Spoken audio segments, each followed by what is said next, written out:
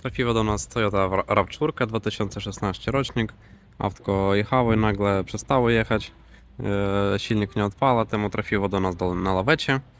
Zrobiliśmy diagnostykę komputerową i mamy topowy błąd P3190, czyli brak mocy silnika. I najczęściej to jest związane z pompą paliwa albo z przepustnicą. I właśnie w tym aucie sprawdziliśmy pompę paliwa i również działanie przepustnicy, jak również testowo był odpięty przepływomierz, żeby autko mogło wejść w tryb awaryjny w działanie bez przepływomierza, ale też, że to nie jest ten przypadek. Czyli jest tak, że silnik próbuje 20 minut, około 20 sekund się kręci, tak, próbuje odpalić, ale z tego nic nie wyjdzie, tak. Temu mamy check engine i ponowna próba już nie będzie udana.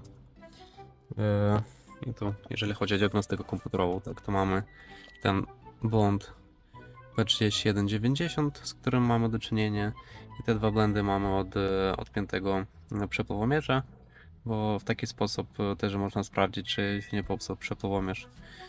Też widzimy, że nam pokazuje, że trochę jeszcze tego paliwa mamy, ale czasami to może być kłamstwo, tak. I akurat w tym przypadku to właśnie tak się okazało, że na wskaźniku mamy niby jeszcze jest paliwo, ale realnie zbiornik się okazał pusty.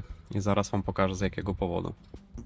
I to właśnie jest nasz zbiornik paliwa i możemy zauważyć, że on jest mocno wgięty w tym miejscu.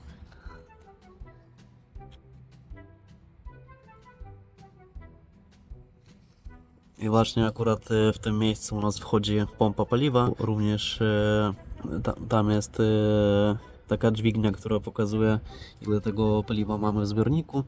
I z powodu tego, że ten zbiornik jest mocno wgięty, no to po prostu nam nie pokazuje prawidłową ilość paliwa, tak.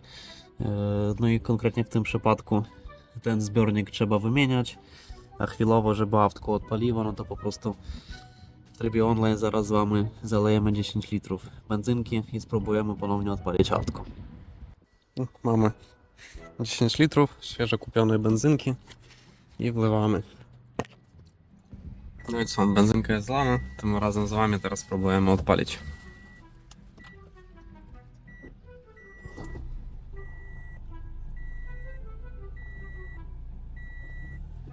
O! Teraz odpalił. No, teraz możemy śmiało kasować nasze blendy. Ok, w porządku. No i mamy. Żadnych blendów się nie świeci. Silniczek chodzi. Jeżeli ktoś z RAV4 będzie miał podobne objawy, no to sprawdzamy, czy nie jest pogięty zbiornik paliwa, tak? Teoretycznie to może być albo od tego, że autko na coś najechało i tak pogięło zbiornik, albo może na podnośniku takim jakimś widłowym było podnoszone, jeżeli to autko zostaną przykładowo, tak?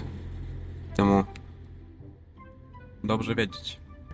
A teraz można dzwonić klientowi i mówić, że zapomniał zalać paliwko do samochodu. Taka zabawa.